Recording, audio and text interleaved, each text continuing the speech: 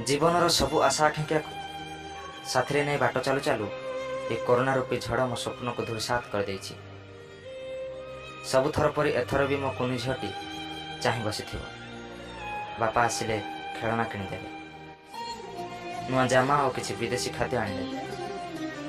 मोर रोगिणा बापा माँ मो आसवा बाट को अपेक्षा कर कहीं रोजगारिया पुओ ता टंकार औषध किणिदेव, मो स्त्री गहना और लुगा किणिदेव।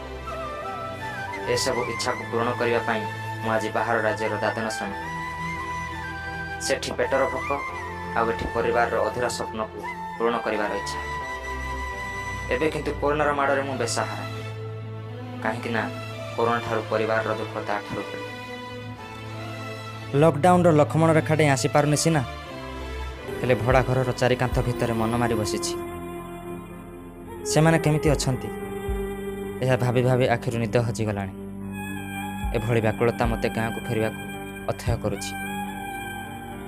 एबे मोर फेरवा को नहीं प्रश्नवाची सृष्टि होइछि, कारण मो फेरवा पर गाँ को कोरोना भय हेले मन रहुनी। एभली घड़ी संधि मुहूर्त परिवार ठार दूर रही असह मन होछि।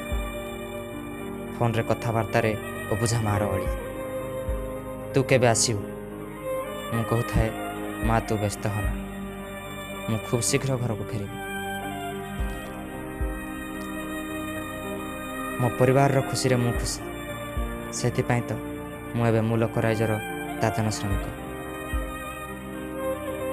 मोर कोरोना रे मृत्यु को भय ना, हेले गर्व करी जहाँ हो विदेश माटी रे प्राण जाए।